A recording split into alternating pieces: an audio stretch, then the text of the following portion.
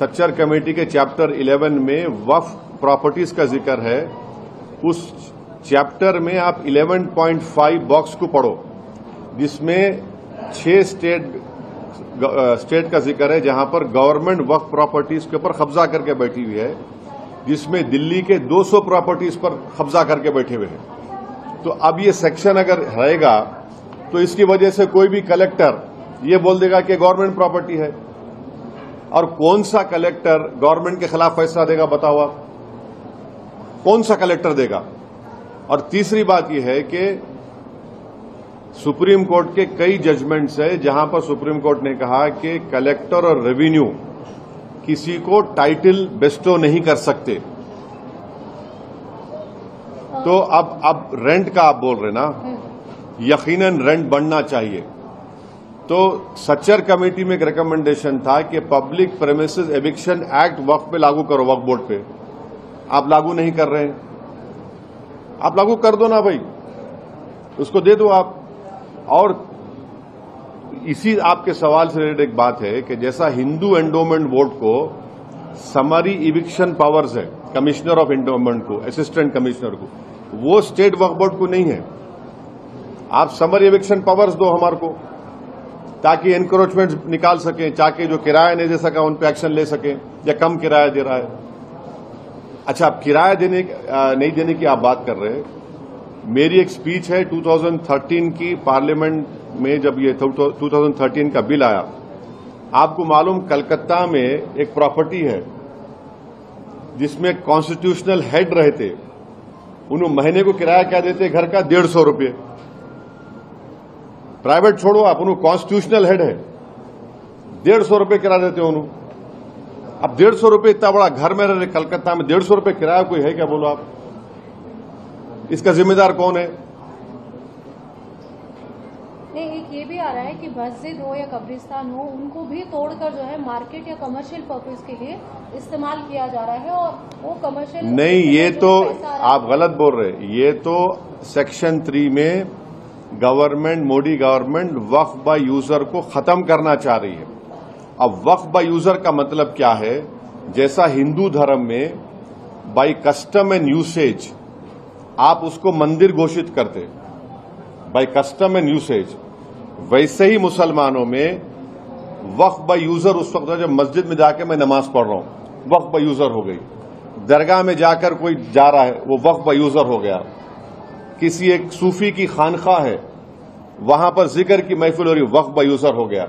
खबरस्तान है, वो वक्फ by user है, वो एक्ट है, सेक्शन 95 में एक्ट है। Modi government Waqf by user को निकालना चाह रही है। क्यों निकालना चाह रहे हैं भाई वक्फ बाय यूजर को आप? जब आप हिंदू धर्म में बाय कस्टम एंड यूसेज ये बोल रहे हैं कि it is a endowment property, वैसे ही आप इस्लाम में वक्फ बाय यूजर का मतलब यह कि मस्जिद मेरी है।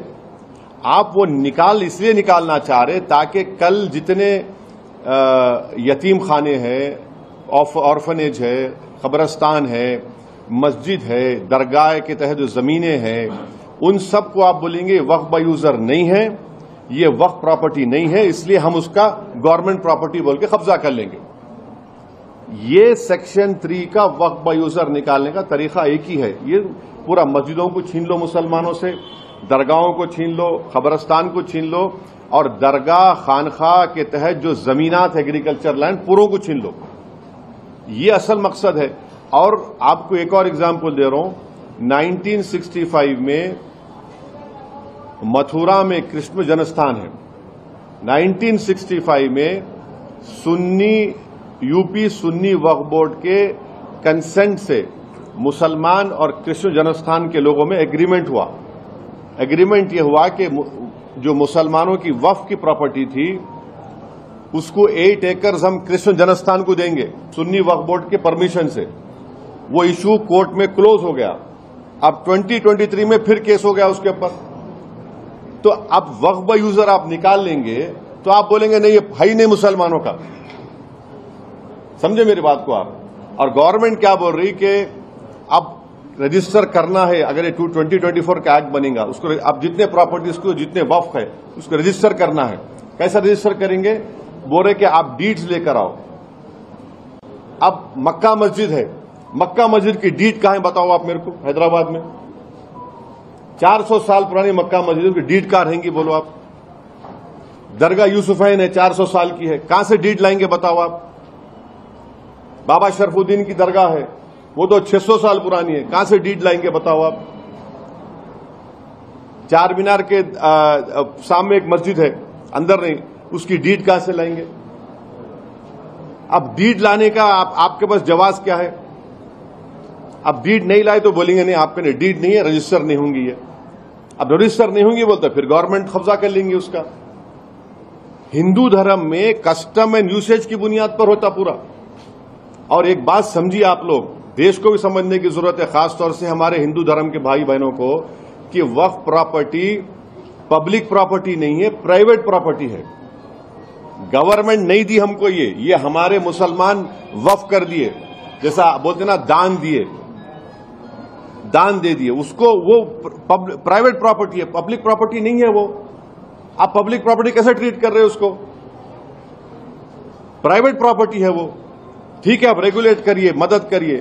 اور یہ جو گورنمنٹ بول رہی نا ہندو اینڈومنٹ بورڈ کو, ہر ہندو اینڈومنٹ بورڈ کو گرانٹ ملتا, جیسے آندھرا پردیش میں شاید 500 کروڑ روپے دیے.